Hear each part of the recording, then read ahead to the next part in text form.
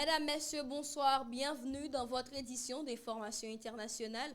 Merci de nous rejoindre. Voici les grands titres qui dominent l'actualité de ce lundi 29 septembre.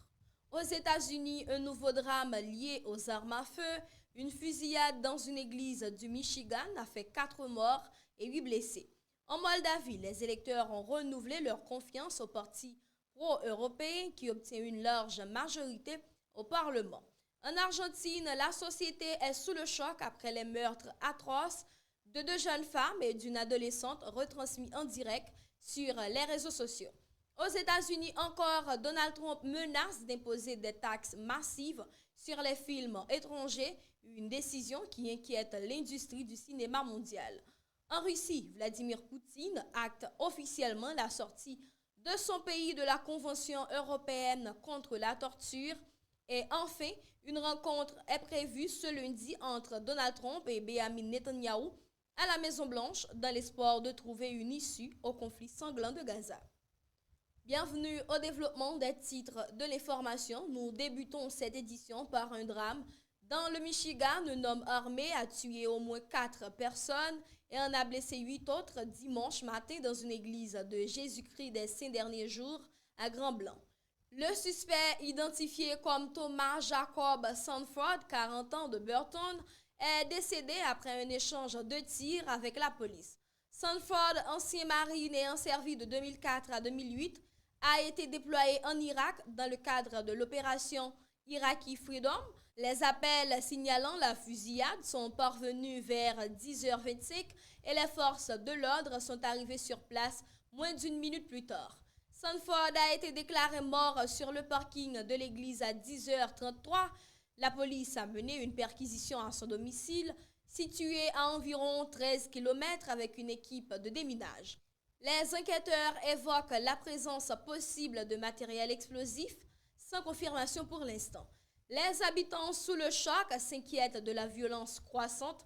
Des vies familiales sont détruites en 2,2 secondes, a déclaré une résidente, tandis qu'une autre souligne que cela se rapproche visiblement de chez nous.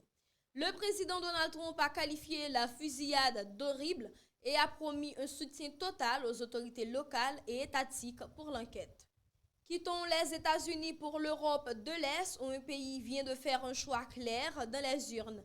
En Moldavie, les électeurs ont accordé dimanche une large majorité au Parti d'action et de solidarité, PAS, formation pro-occidentale dirigée par la présidente Maia Sandu.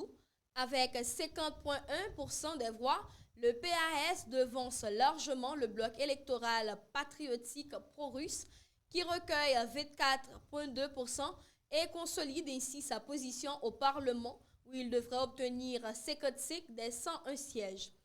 Ces élections largement perçues comme un choix géopolitique entre l'Union européenne et la Russie ont été marquées par des tensions et des tentatives d'ingérence. Les autorités moldaves ont dénoncé plusieurs cyberattaques contre les infrastructures électorales et des campagnes de désinformation visant à influencer le vote. La présidente de la Commission européenne, Ursula von der Leyen, a salué ce résultat dans un message sur les réseaux sociaux. Moldavie, vous avez choisi l'Europe, la démocratie et la liberté. Notre porte est ouverte et nous serons à vos côtés à chaque étape.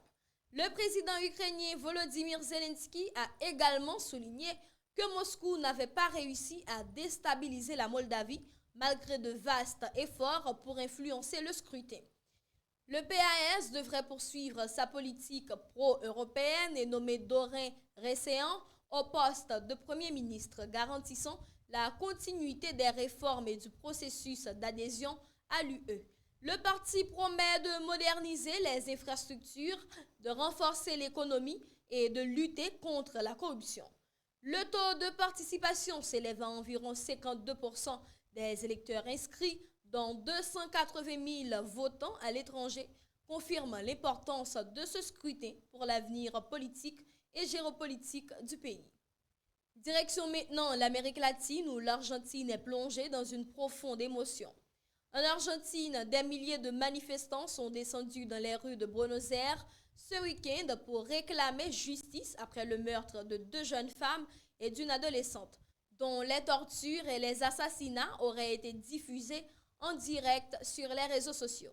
Les victimes Morena Verdi et Brenda del Castillo, cousines âgées de 20 ans, et Lara Gutiérrez, 15 ans, ont été retrouvées enterrées mercredi dans une banlieue sud de Buenos Aires, 5 jours après leur disparition. Les enquêteurs ont lié ce crime à des gangs de trafiquants de drogue.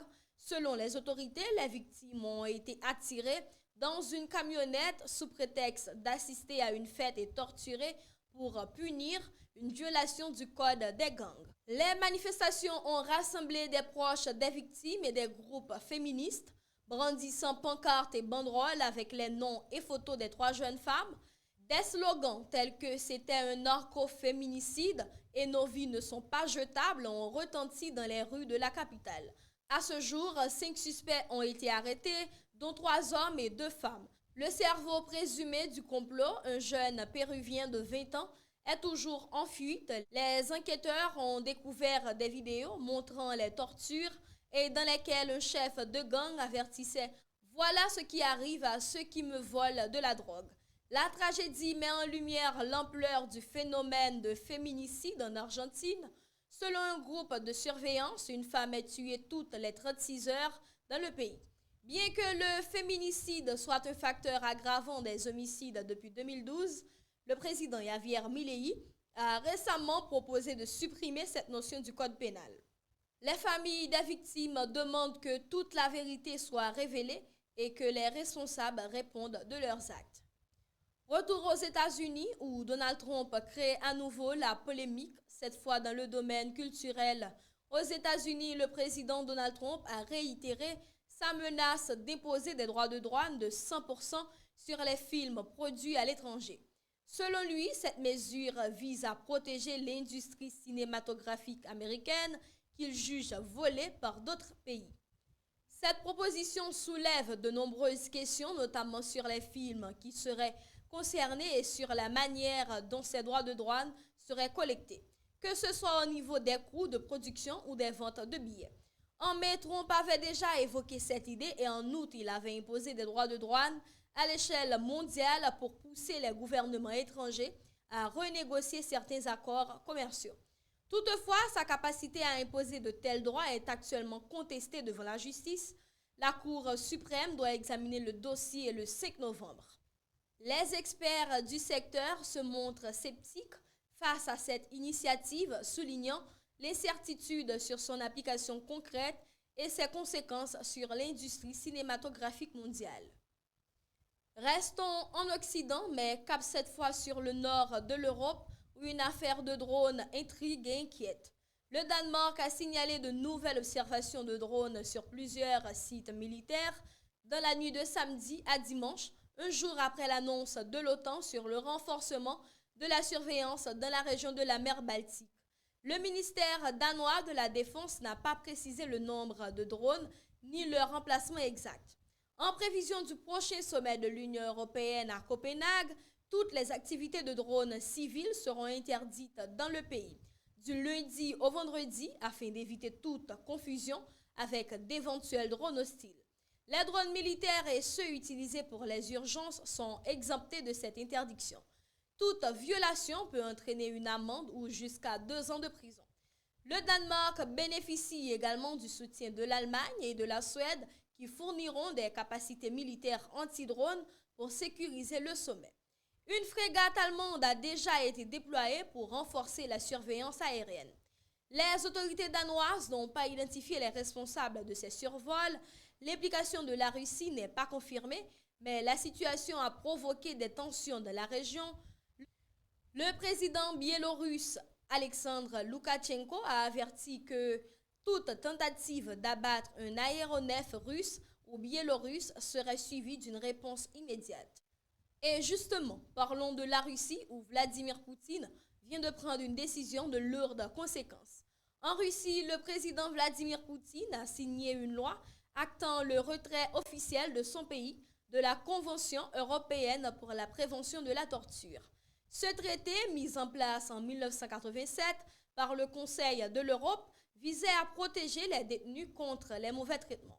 Moscou justifie sa décision en évoquant une perte de confiance vis-à-vis des institutions européennes dans un contexte de rupture politique depuis l'invasion de l'Ukraine.